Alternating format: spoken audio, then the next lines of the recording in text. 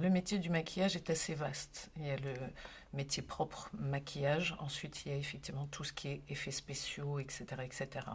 Donc le métier consiste à préparer les comédiens et les comédiennes à passer à l'image.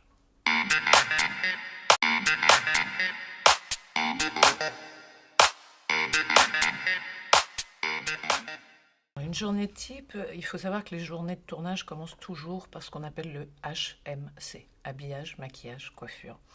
On est les premiers intervenants sur une journée de travail, c'est-à-dire que les comédiens, les comédiennes arrivent en loge pour être préparés au niveau du maquillage, de la coiffure, de l'habillage.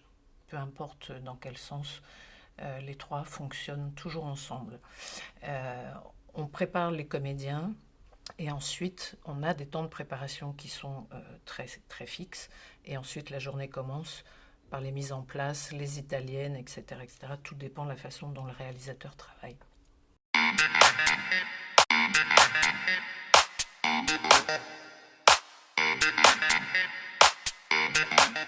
Les qualités professionnelles, c'est d'abord d'être assez minutieux. Le travail de maquillage est en général quelque chose d'assez fin.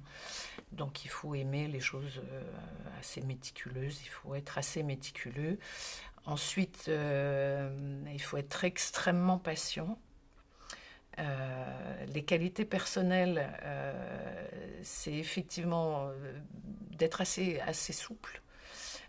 On a affaire parfois à des gens de caractère, donc il faut être assez malléable au niveau du caractère, assez caméléon pour se fondre aux personnalités diverses et variées auxquelles on a affaire, tant au niveau des comédiens que des équipes techniques, c'est-à-dire réalisateurs, etc., etc. Il faut être très souple au niveau du caractère. Il faut être tolérant, il faut être patient, il faut savoir qu'on est souvent un tout petit peu les mamans des acteurs, des actrices. On est leurs confidents, on est... voilà. L'espace clos d'une loge donne un côté très intime. Voilà, selon si votre acteur, votre actrice a bien dormi, mal dormi, vous êtes la première au front. Donc il faut savoir effectivement un petit peu recevoir tout ça tout en diffusant quelque chose de beaucoup plus agréable pour la suite de la journée.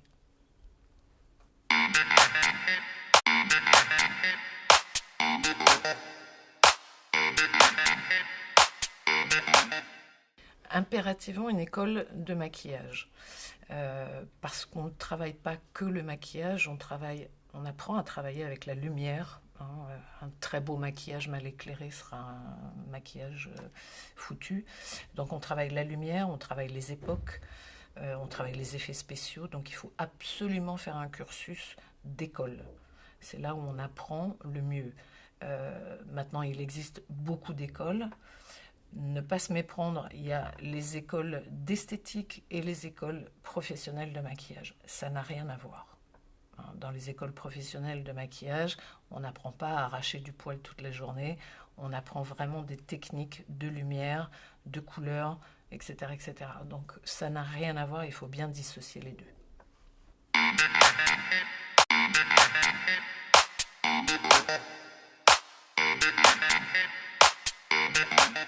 Moi, j'ai fait l'école internationale, l'atelier international de maquillage, qui est pour moi une des écoles les plus complètes. On fait autant de maquillage contemporain que d'époque, que d'effets spéciaux. On a des vraies notions sur tout ce qui est art, et je trouve que la formation est très complète. Voilà, j'aime beaucoup cette école.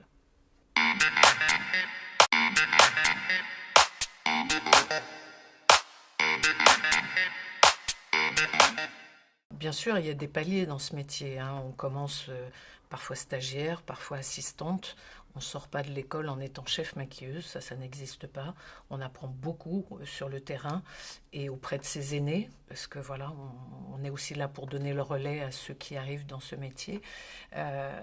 Donc on commence effectivement par échelle. Il ne faut pas s'imaginer qu'on sort de l'école et qu'on va maquiller Jean Dujardin ou des grosses stars. Ça, c'est que dans les rêves et dans le pays des bisounours. Donc il faut commencer par apprendre et ensuite, effectivement, on passe assez vite les échelons. On n'a pas besoin de faire 10 ans d'assistanat pour devenir chef maquilleuse. On peut y arriver beaucoup plus rapidement avec un peu de talent et du travail.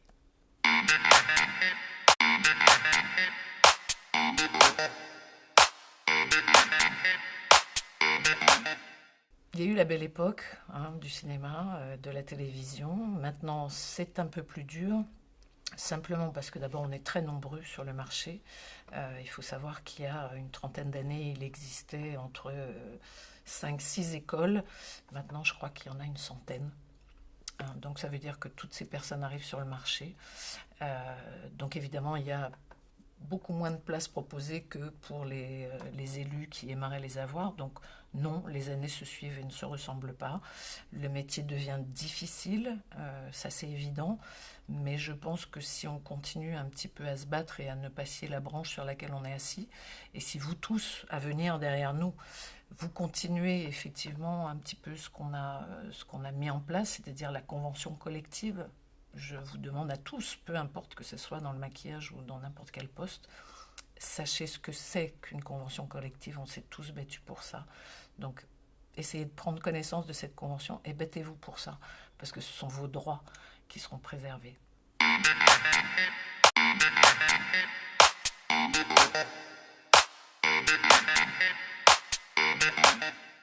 Alors, la convention collective, pardon, c'est une charte. Il y a des textes de loi très précis sur les salaires, le temps de travail, l'éloignement de votre domicile, le temps de trajet, etc., etc. Donc, il y a des syndicats pour ça. Il y a une convention collective écrite. Elle est différente au niveau de la télévision, du long métrage, du film publicitaire, du documentaire, mais elle existe pour chacune. Donc, prenez le temps d'aller consulter sur les sites la convention collective. Elle bouge parfois, en bien, parfois en moins bien, mais en tout cas, vous êtes tous capables de la suivre régulièrement sur les sites et d'en prendre connaissance et de la faire respecter. Cette convention, elle a été faite pour être respectée.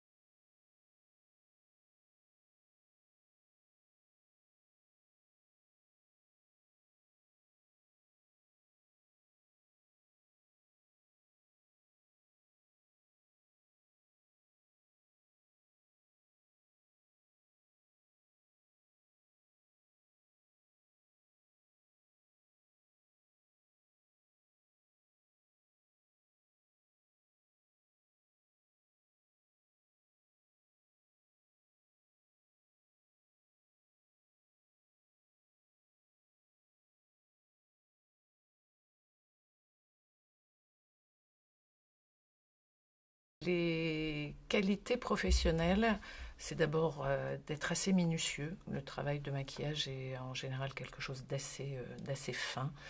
Donc il faut aimer les choses assez méticuleuses, il faut être assez méticuleux. Ensuite, il faut être extrêmement patient. Les qualités personnelles, c'est effectivement d'être assez souple. On a affaire parfois à des gens de caractère, donc il faut être assez malléable au niveau du caractère, assez caméléon pour se fondre aux personnalités diverses et variées auxquelles on a affaire, tant au niveau des comédiens que des équipes techniques, c'est-à-dire réalisateurs, etc., etc. Il faut être très souple au niveau du caractère. Il faut être tolérant, il faut être patient, il faut savoir qu'on est souvent un tout petit peu les mamans des acteurs, des actrices. On est leurs confidents, on est... voilà. L'espace clos d'une loge donne un côté très intime. Voilà, selon si votre acteur, votre actrice a bien dormi, mal dormi, vous êtes la première au front. Donc il faut savoir effectivement un petit peu recevoir tout ça tout en diffusant quelque chose de beaucoup plus agréable pour la suite de la journée.